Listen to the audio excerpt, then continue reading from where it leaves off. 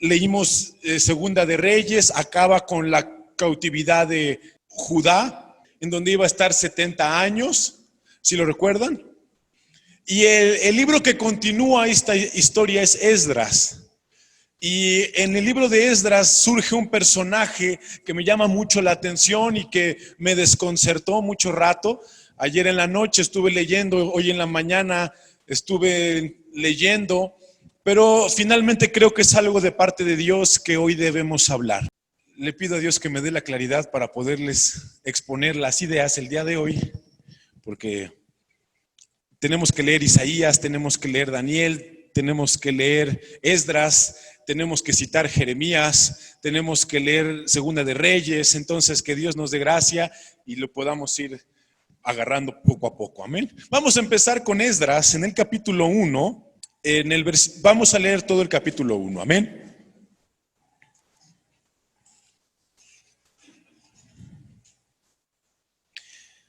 Dice, en el primer año de Ciro, rey de Persia, para que se cumpliese la palabra de Jehová por boca de Jeremías, despertó Jehová el espíritu de Ciro, rey de Persia, el cual hizo pregonar de palabra y también por escrito por todo su reino, diciendo, así ha dicho Ciro, rey de Persia, Jehová, el Dios de los cielos, me ha dado todos los reinos de la tierra y me ha mandado que le edifique casa en Jerusalén, que está en Judá. Quien haya entre vosotros de su pueblo, sea Dios con él y suba a Jerusalén, que está en Judá, y edifique la casa a Jehová, Dios de Israel. Él es el Dios, la cual está en Jerusalén. Y a todo el que haya quedado en cualquier lugar donde more, ayúdenle los hombres de su lugar con plata, oro, bienes y ganados, además de ofrendas voluntarias para la casa de Dios, la cual está en Jerusalén. Entonces se levantaron los jefes de las casas paternas de Judá y de Benjamín, y los sacerdotes y levitas, todos aquellos cuyo espíritu despertó Dios para subir a edificar la casa de Jehová, la cual está en Jerusalén. Y todos los que estaban en sus alrededores les ayudaron con plata y oro, con bienes y ganado, y con cosas preciosas, además de todo lo que se ofreció voluntariamente. Y el rey Ciro sacó los utensilios de la casa de Jehová que Nabucodonosor había sacado de Jerusalén, y los había puesto en la casa de sus dioses. Los sacó pues Ciro, rey de Persia, por mano de Mitridates, tesorero, el cual los dio por cuenta a Sesbazar, príncipe de Judá. Y esta es la cuenta de ellos: 30 tazones de oro, 1000 tazones de plata, 29 cuchillos, 30 tazas de oro, otras 410 tazas de plata y otros utensilios, y otros 1000 utensilios. Todos los utensilios de oro y de plata eran 5400, todos los hizo llevar Sesbazar con los que subieron del cautiverio de Babilonia a Jerusalén. Amén. Leíamos en Segunda de Reyes precisamente que venía la cautividad a Babilonia. ¿Se acuerdan de Nabucodonosor, de la historia de Nabucodonosor, cuando llama a jóvenes, a Sadrach, Mesrach, Abednego, a Daniel, y les enseñan sus idiomas? Y está Daniel en este periodo de tiempo, y esto ya se había anticipado por Jeremías. Jeremías, si ustedes recuerdan, les estuvo anunciando constantemente que iban a ser cautivos por Babilonia, que estaba bien, que era de parte de Dios, que tenían que ir y en el lugar en el que estuvieran, hacer sus casas, hacer su familia, hacer sus negocios y continuar adelante con sus vidas, y que en el tiempo señalado Dios los iba a liberar. Esto mismo menciona Isaías. Isaías, vamos a leer Isaías 1. Fue un profeta de Dios inusual. ¿A qué me refiero con que era inusual? Bueno, a que él no era un pastor de ovejas.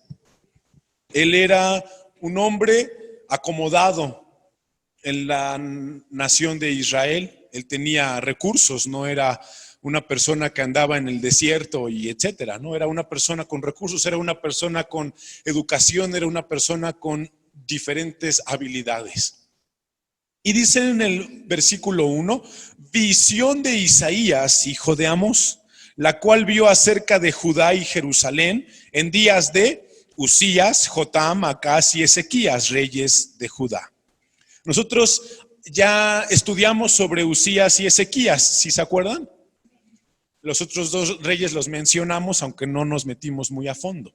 Lo que quiero hoy es que miremos el tiempo histórico en el que Isaías se sitúa. Es alrededor de 150 años antes de lo que vamos a leer más adelante.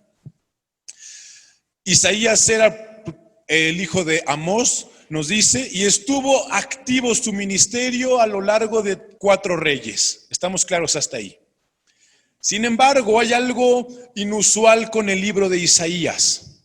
Hay algunas personas que dicen que Isaías escribió Isaías del 1 al 39 y que del 40 al 66 lo hicieron sus discípulos. Hay otras personas que dicen que se encontró el libro de Isaías completo y antes de esta situación, lo cual nos da, bueno, no antes, sino se encontró en los rollos del Mar Muerto el libro de Isaías y estaba todo del 1 al 66, así como nosotros lo conocemos, lo cual da ciertas incertidumbres si Isaías escribe todo del 1 al 39 o del 1 al 66. Quiero que leamos Isaías 44, porque aquí es en donde vienen situaciones extrañas. Extrañas entre comillas, porque todo Dios lo dispone, amén. Del versículo 24 al 28. Dice, así dice Jehová tu Redentor que te formó desde el vientre, yo Jehová que lo hago todo, que extiendo solo los cielos, que extiendo la tierra por mí mismo, que desahogo las señales de los adivinos y enloquezco a los agoreros, que hago volver atrás a los sabios y desvanezco su sabiduría.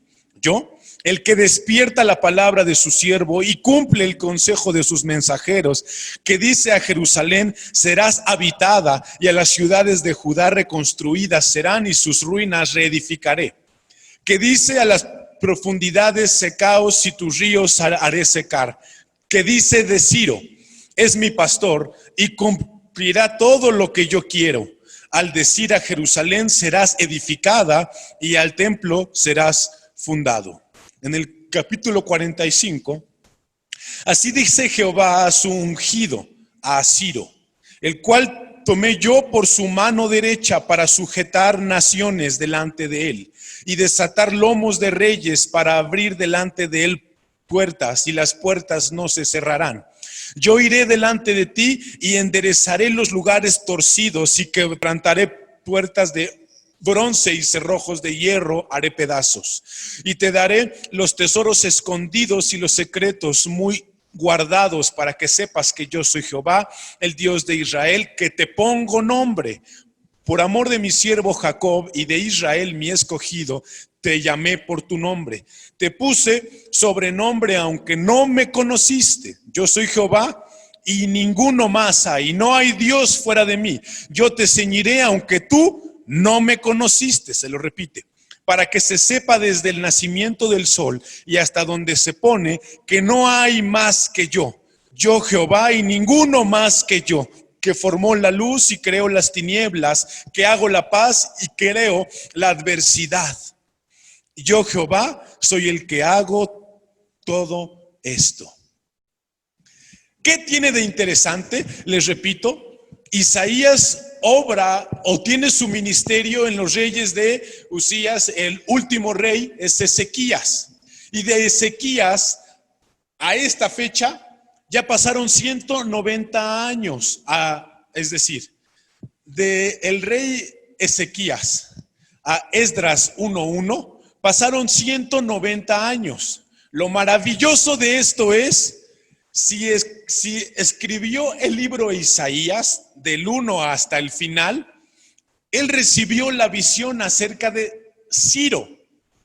Si no fue él, sino sus discípulos recibieron esta palabra de parte de Dios.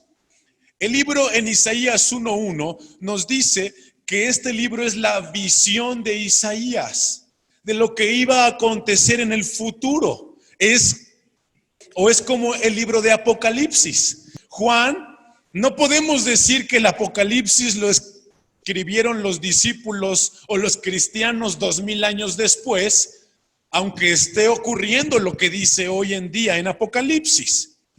Yo por eso soy más de la idea de que esta palabra la recibió Isaías y que Isaías fue la persona que vio lo que iba a acontecer en el futuro. Y él menciona sobre Ciro, ¿se acuerdan?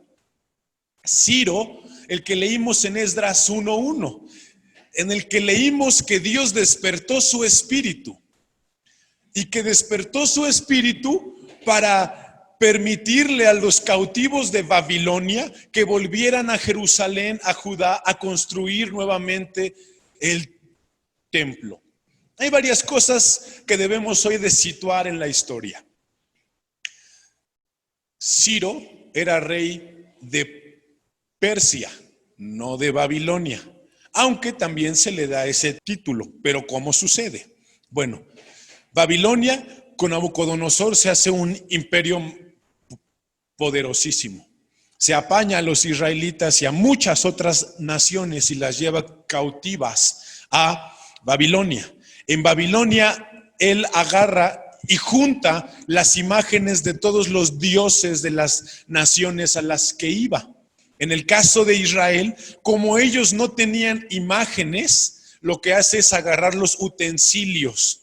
¿Sí me doy a entender? Los utensilios que estaban en el templo de Salomón.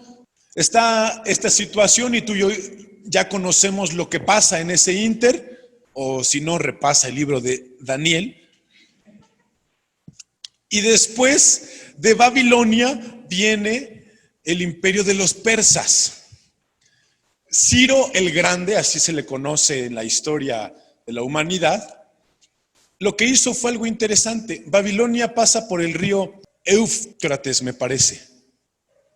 Lo que hizo fue, ese río pasa a través de la ciudad, o pasaba a través de la ciudad. Lo que hizo este rey Ciro fue echarle unas roquitas para que se bajara el nivel del río.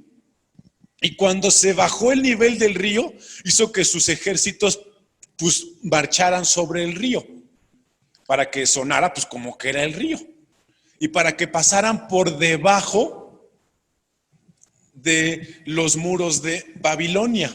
Hay quien dice que eran muros de 90 metros de alto. Era dificilísimo poderlos dominar. O sea, no era como que uno lo podía saltar y ya, ¿no? ¿Qué fue lo que pasó en esos momentos? Se junta con una historia que leemos en el libro de Daniel. Belsasar, el rey, famoso porque le apareció una escritura en la pared, ¿sí se acuerdan?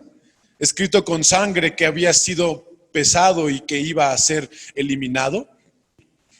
Babilonia se iba a acabar. Este hombre lo que hizo fue hacer una fiesta, un festín, utilizando todos los utensilios que leímos en Esdras 1:1. A causa de eso, el Señor genera la condenación sobre esa nación, y porque también ya era el tiempo que había dicho Jeremías. No vamos a leer ahorita Jeremías, pero repásalo y Jeremías les habla de esto. ¿Ok? ¿Hasta aquí estamos claros? Resulta, ahora vamos a leer Daniel, que Daniel vivía en Babilonia, como ya sabemos. Y Daniel es contemporáneo de Ciro. Isaías no es contemporáneo de Ciro. Isaías habla sobre Ciro. Daniel sí es contemporáneo de Ciro. Vamos a leer el libro de Daniel en el capítulo 1, al final, en el versículo 20 y 21. En todo asunto de sabiduría e inteligencia que el rey los consultó, los halló 10 veces mejores que todos los magos y astrólogos que había en todo su reino. Y continuó Daniel hasta el año primero del rey Ciro. ¿Ok? Daniel no se escribió de jalón. Aparentemente se fue escribiendo o fue añadiendo sus visiones Daniel conforme pasaba el tiempo. Daniel, pero sí lo escribió Daniel. Daniel, vamos ahora a leer en el capítulo 6, Daniel 6, del 25 al 28. Entonces el rey Darío escribió a todos los pueblos, naciones y lenguas que habían en toda la tierra: paso sea multiplicada de parte mía, es puesta esta ordenanza, que en todo el dominio de mi reino todos teman y tiemblen ante la presencia del Dios de Daniel, porque Él es el Dios viviente y permanece por todos los siglos, y su reino no será jamás destruido, y su dominio perdurará hasta el fin. Él salva y libra, y hace señales y maravillas en el cielo y en la tierra. Él ha librado a Daniel del poder de los leones. Y este Daniel prosperó durante el reinado de Darío y durante el reinado de Ciro el persa. Amén. Daniel 6, lo que ocurre es cuando lo arrojan al foso de los leones. ¿Se acuerdan de esta situación? Lo acusan porque oraba muchas veces al día y no podían más que orar a ese rey en ese momento. Darío, el que se menciona aquí, históricamente no se ha hallado. Al que sí se halla es a Ciro. Y Ciro tiene un hijo que se llama Darío. ¿Sí me doy a entender? Y luego Darío tiene un hijo, dos hijos, uno que se llama Esmerdis, que ni idea quién haya sido, y otro que se llama Jerjes, que es el que se casa con Esther, ¿sí se acuerdan? Con lo de la reina Basti y todo este rollo.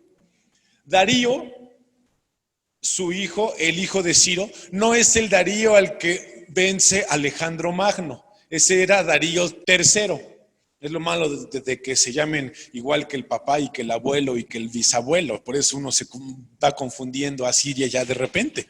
Vamos a leer ahora Daniel 10. En el versículo 1 dice: en el año tercero de Ciro, rey de Persia, fue revelada palabra a Daniel llamado Belsasar, y la palabra era verdadera y el conflicto grande. Pero él comprendió la palabra y tuvo inteligencia en la visión. Amén. En el versículo 12, entonces me dijo: Daniel, no temas, porque desde el primer día que pusiste tu corazón a entender y a humillarte en la presencia de tu Dios, fueron oídas tus palabras. Y a causa de tus palabras yo he venido, es un ángel. Mas el príncipe del reino de Persia se me opuso durante 21 días. Pero he aquí Miguel, uno de los principales príncipes, vino para ayudarme y quedé allí con los reyes de Persia. Amén. Vamos a leer en el versículo 20. Él me dijo: ¿sabes tú por qué he venido a ti? Pues ahora tengo que volver para pelear contra el príncipe de Persia, y al terminar con él, el príncipe de Grecia vendrá. Pero yo te declararé lo que está escrito en el libro de la verdad, y ninguno me ayuda contra ellos, sino Miguel, vuestro príncipe. Amén. Y yo mismo en el año primero de Darío, ahora sí ya es su hijo, el Medo, estuve para animarlo y fortalecerlo. ¿Qué es lo que llama la atención de toda esta historia? Pues muchas cosas. Lo que me llama la atención en Esdras 1 es que el Señor dice que Él despertó el espíritu de Ciro. Que Él despertó el espíritu de Ciro y que Ciro reconoció que Jehová era el único Dios verdadero. Amén. En el año 1 de Ciro, anterior a esto, leemos Daniel 6, cuando Darío, el rey que no se ha reconocido históricamente, decreta que todos los pueblos, naciones y personas tienen que honrar y temer a Jehová, el Dios de Israel, el único Dios verdadero. Históricamente, Ciro, en su año 1, fue un rey inusual. No solamente a Israel le permitió volver, sino a todas las naciones que estaban sometidas en Babilonia les permitió volver y les dio sus imágenes y sus estatuas de sus dioses. A Israel no le dio una imagen, sino los utensilios, ¿ok? Lo que más llama la atención es Isaías, que dice de Ciro que es su pastor y que dice que es su ungido. Vamos a volverlo a leer para que nos acordemos de Isaías. Isaías 44. Leíamos al final, en el versículo 28, me dice de Ciro, es mi pastor y cumplirá todo lo que yo quiero. Al decir a Jerusalén serás edificada y al templo serás fundado. El versículo 45:1, así dice Jehová a su ungido, a Ciro, al cual tomé yo por su mano derecha para sujetar naciones delante de él y desatar lomos de reyes, para abrir delante de él puertas y las puertas no se cerrarán. Yo iré delante de ti y enderezaré los lugares torcidos y quebrantaré puertas de bronce y cerrojos de hierro, haré pedazos. Y te daré los tesoros escondidos y los secretos muy guardados para que sepas que yo soy Jehová, el Dios de Israel, que te pongo nombre. Amén. Como me llamó la atención eso de Ciro mi ungido, lo busqué en otras versiones. En la Reina Valera, pues dice ungido. En la traducción del lenguaje actual, no menciona la palabra ungido, es la más actual. En la nueva versión internacional dice ungido. En la nueva versión del 99 dice ungido. En la Biblia de las Américas dice ungido. En la palabra Dios habla hoy, nada más dice consagró a Ciro como rey. En la Biblia Kadosh israelita, mesiánica, dice Ciro, su ungido. En la nueva traducción viviente dice su ungido. Amén. En Isaías 45 de Reina Valera antigua dice su ungido. Amén. Eso me llamó la atención. Pero luego vi otras versiones y esas versiones, en lugar de decir su ungido, decían a su Mesías. Entonces ya me sacó más de onda, ¿no? ¿Quién es el ungido de Israel? Jesucristo. ¿Quién es el santo de Israel, el apartado de Israel? Solamente Jesucristo. Otra cosa que llama la atención, yo les decía, ¿se acuerdan de las tentaciones de Jesús de las que hablamos el viernes? El viernes, la segunda tentación, Satanás le dijo a Jesucristo, todos los reinos de la tierra me han sido dados a mí, y yo te los daré a ti si postrado me adorares. Si postrado me adorares. Ya hablamos de ese tema el viernes. Pero leemos en Daniel que Daniel estaba orando y le dijo, ¿sabes qué? Yo ya iba para allá, yo ya te iba a responder, pero el príncipe de Persia me detuvo. Evidentemente no habla de Ciro, porque Miguel es un ángel y estaba peleando contra un demonio en Persia. Y le dice, cuando termine y venza al de Persia, va a venir ¿quién? Grecia, que fue el siguiente imperio con Alejandro Magno. ¿Sí me doy a entender? Algo que tenemos que mirar aquí es que los reinos a nivel espiritual, según lo que leímos el viernes, están bajo la potestad de Satanás. Pero Dios tiene autoridad sobre todas las cosas y sobre todas las personas. Él puede obrar e influir en su favor. Es decir, Dios puede usar a quien sea para realizar su voluntad.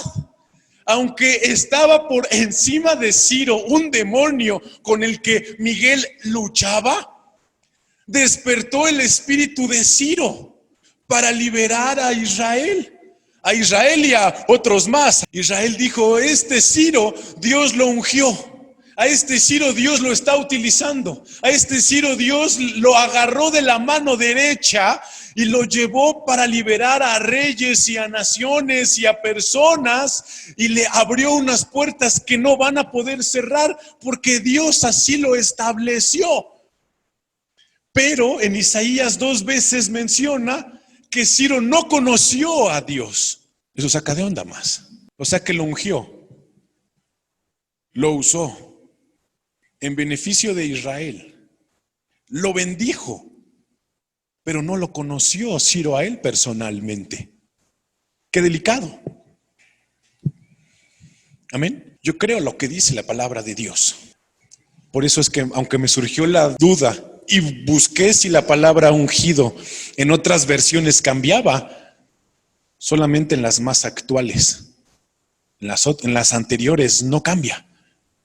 Y unos hasta le dicen, en lugar de ungido, Mesías. Por eso se quitó en la Reina Valera. Vamos parte por parte. Obviamente Ciro no es el Mesías, y de eso ustedes y yo estamos claros. Pero es una figura que obra el cumplimiento de los tiempos de Dios. Esdras 1:1 dice: para que se cumpliera la palabra que Dios había dado a través de su siervo Jeremías, despertó el espíritu de Ciro. ¿Sí me doy a entender con esto? Dios es el que establece el funcionamiento de la historia.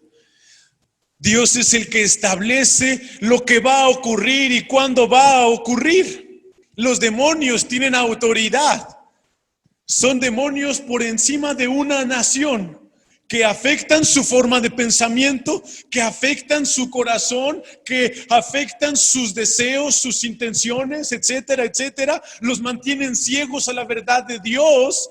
Pero ¿por qué es que tú y yo podemos llevar el mensaje a una persona endemoniada y esa persona ser salva? Por lo que miramos aquí en Ciro. Aunque había por encima de él una potestad espiritual, su corazón estaba disponible para responder a Dios. Satanás no tiene una autoridad definitiva sobre la vida de nadie. Satanás, ningún demonio tiene la autoridad definitiva sobre nadie. El evangelio es suficiente para llegar al corazón de las personas, y Ciro es el ejemplo más grande de esto. Ciro es el ejemplo de muchas cosas. Ahorita lo vamos a ver, pero una de ellas es esa. Durante la época de Ciro surgió una religión de la que él era partidario, y también era monoteísta. Fue un periodo muy corto. Si estudian sobre Ciro, van a ver que él sí creía en un único Dios, pero no era Jehová, Dios de los ejércitos. Empataron las cosas y por eso tuvo favor. No sabemos. Dios es el que establece la historia y cómo lo maneja. Éxodo 33, en el versículo 19. Vamos a leer desde el 17 para que entendamos la idea. Y Jehová dijo a Moisés: también haré esto que has dicho, por cuanto has hallado gracia en mis ojos, y te he conocido por tu nombre. Él entonces dijo: te ruego que me muestres tu gloria. Y le respondió: yo haré pasar todo mi bien delante de tu rostro, y proclamaré el nombre de Jehová delante de ti.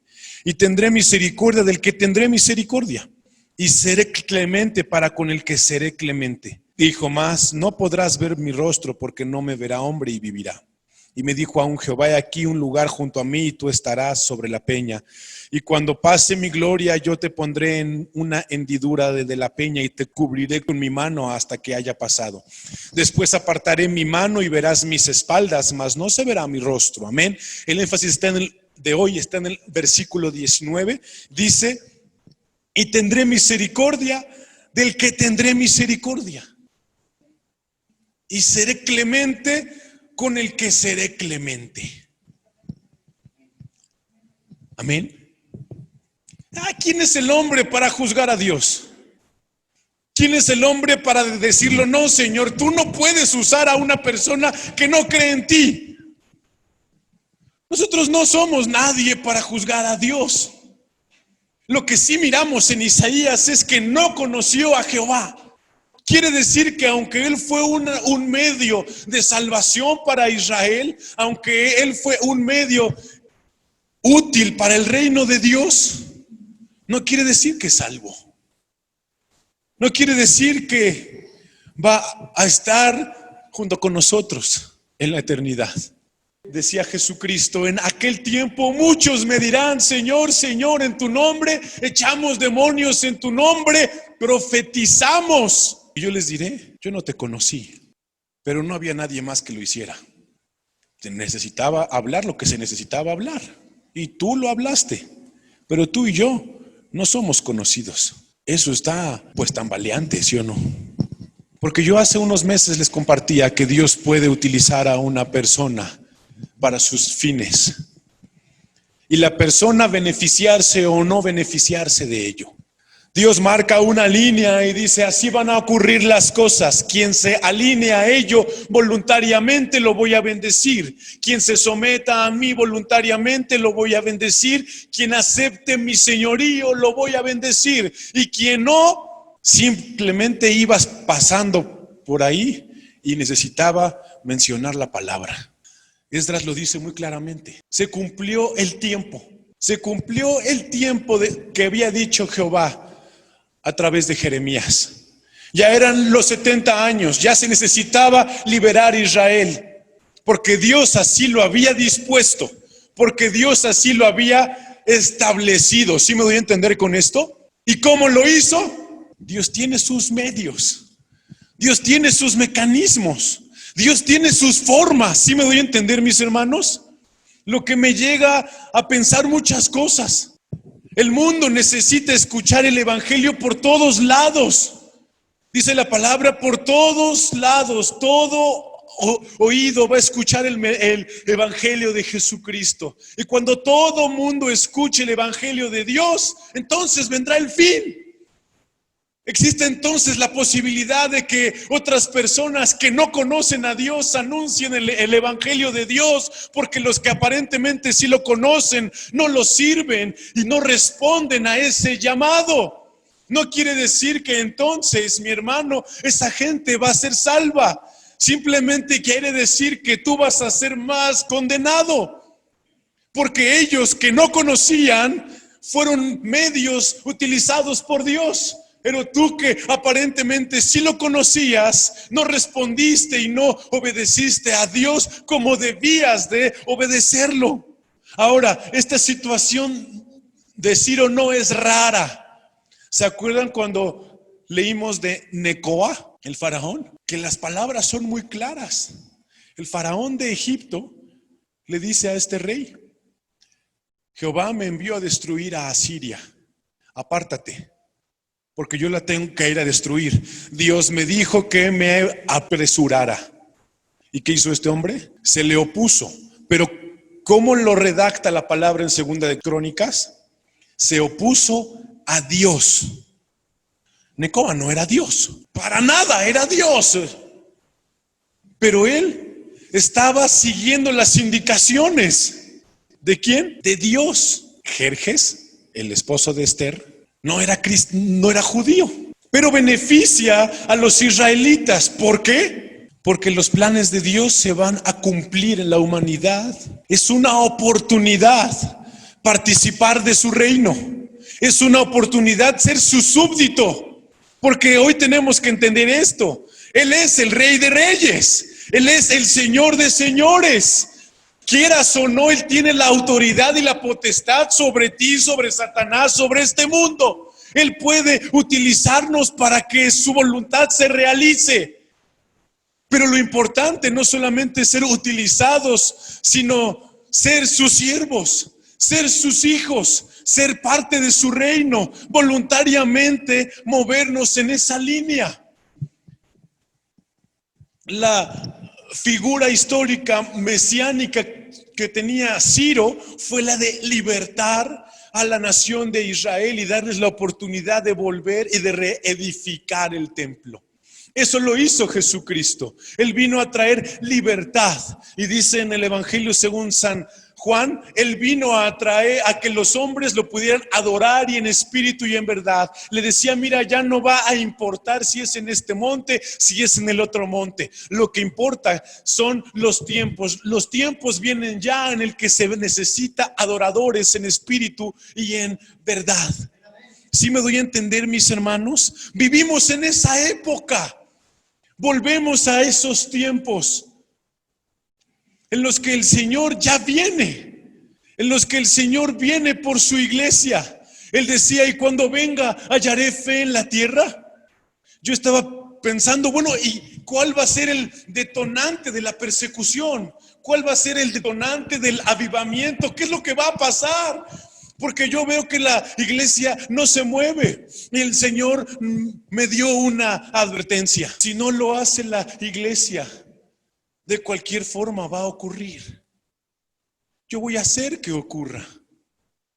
Porque si yo doy una indicación, aunque haya un demonio sobre una nación, yo le digo a ese fulano, apártate, voy a hacer unas cosas ahorita. Y se tiene que ir. Y tú y yo lo leímos una y otra vez en el Evangelio según San Marcos. Venía Jesucristo y ¿qué hacían los demonios que tenían esa autoridad sobre las personas? Jesús, hijo de David, ¿qué tienes con nosotros? Apártate, no hemos hecho nada, aquí estábamos nada más. Cuando Jesucristo llega, los demonios se tienen que hacer a un lado, mi hermano. Y dice, ¿sabes qué? Es que necesito que esta persona dé un testimonio de mí. ¿Por qué esta persona? Pues porque no hay otra. ¿Y a ti qué te importa? Qué delicado es el tema. Pero yo no puedo limitar a Dios. Él tiene misericordia de quien quiere tener misericordia. Y clemencia de quien Él quiere tener esa clemencia. Lo que sí me pone a temblar son dos cosas. Que Dios puede usar a una persona sin que esa persona lo conozca. Y que Dios puede realizar su obra a través de una persona inconversa, porque su iglesia no esté en la disposición de obedecerle. Porque sigan pensando en sus vidas, en su enfermedad, en el futuro, en el mañana. El mensaje de hoy en la mañana era eso. ¿Son siervos de Dios o no? Porque si somos siervos, estamos a la disposición de lo que Dios quiere hacer en nuestras vidas y a través de nuestras vidas. Porque si somos sus siervos, ¿a ti qué te importa el mañana? Tu Dios va a tomar el control de nuestras vidas para hacer su voluntad. Nos dispusimos a hacer su voluntad. Pero si sus hijos, si su iglesia está dormida y no hace su voluntad, Dios puede anunciar el evangelio, o traer salvación, o traer libertad a través de otros medios, decía la palabra. Si ustedes no dan el testimonio, las rocas pueden dar el testimonio. ¿Sí me doy a entender? Por eso es que no es una idea extraña. Dice el Señor, si ustedes no quieren hacerlo, si ustedes no están en esa intención, yo puedo hacerme hijos, decía el Señor, de aquí, de la tierra, de nada. Yo tengo ese poder, pero le estoy dando a ustedes la oportunidad de ser coherederos con Jesucristo. Les estoy dando la oportunidad. Yo no los necesito a ustedes. Yo lo puedo hacer a través de mis medios, de la forma en la que yo quiera. Pero quiero hacerlos partícipes de mi reino. Pero quiero hacerlos partícipes de mi voluntad. Quiero hacerlos partícipes junto con Jesucristo. Mi hermano, que no se nos olvide quién es Dios y quiénes somos nosotros. Indispensables no somos, ninguno de nosotros. Oh, es que Él tiene mucho entendimiento, es que Él tiene una habilidad para compartir, es que Él sana a través de la oración. ¿Y qué, mi hermano? Si Dios quiere, una roca nos sana. Es la oportunidad de nuestras vidas como humanidad y como cristianos, de hacer algo que afecte el reino de Satanás, No a los peones que están de presidentes, que afecten a los que están por encima de ellos, que afecten a los demonios y que afecten a las personas que en el reino espiritual están moviendo sus ideas. Muchas veces los presidentes ni son conscientes de lo que hacen, de lo que autorizan, de lo que aceptan. Y todo pasa porque Dios quiere que pase así. Quiero que hoy reflexionemos en este mensaje. Ciro, ungido, utilizado, llevado de la mano de Dios para traer libertad a Israel. Para traer salvación a Israel utilizó a Ciro, el cual no conoció a Dios. No sabía que lo que estaba haciendo era para Jehová. Él tenía su imagen de Dios. El beneficio siempre es para quien obedece a Dios voluntariamente, voluntaria y conscientemente. Decía Romanos 12, este es nuestro culto racional. Verificar, comprobar la buena voluntad de Dios agradable y perfecta para nosotros. Y entonces ofrecernos a Dios en sacrificio vivo. Ese es nuestro culto racional. Vamos a ponernos en pie, mis hermanos. La salvación está para quien declara y cree en Jesús como Señor y que Dios le levantó de los muertos. La salvación es la obediencia voluntaria a Dios, en la fe en Jesucristo, por supuesto. Vamos a cerrar los ojos en esta tarde.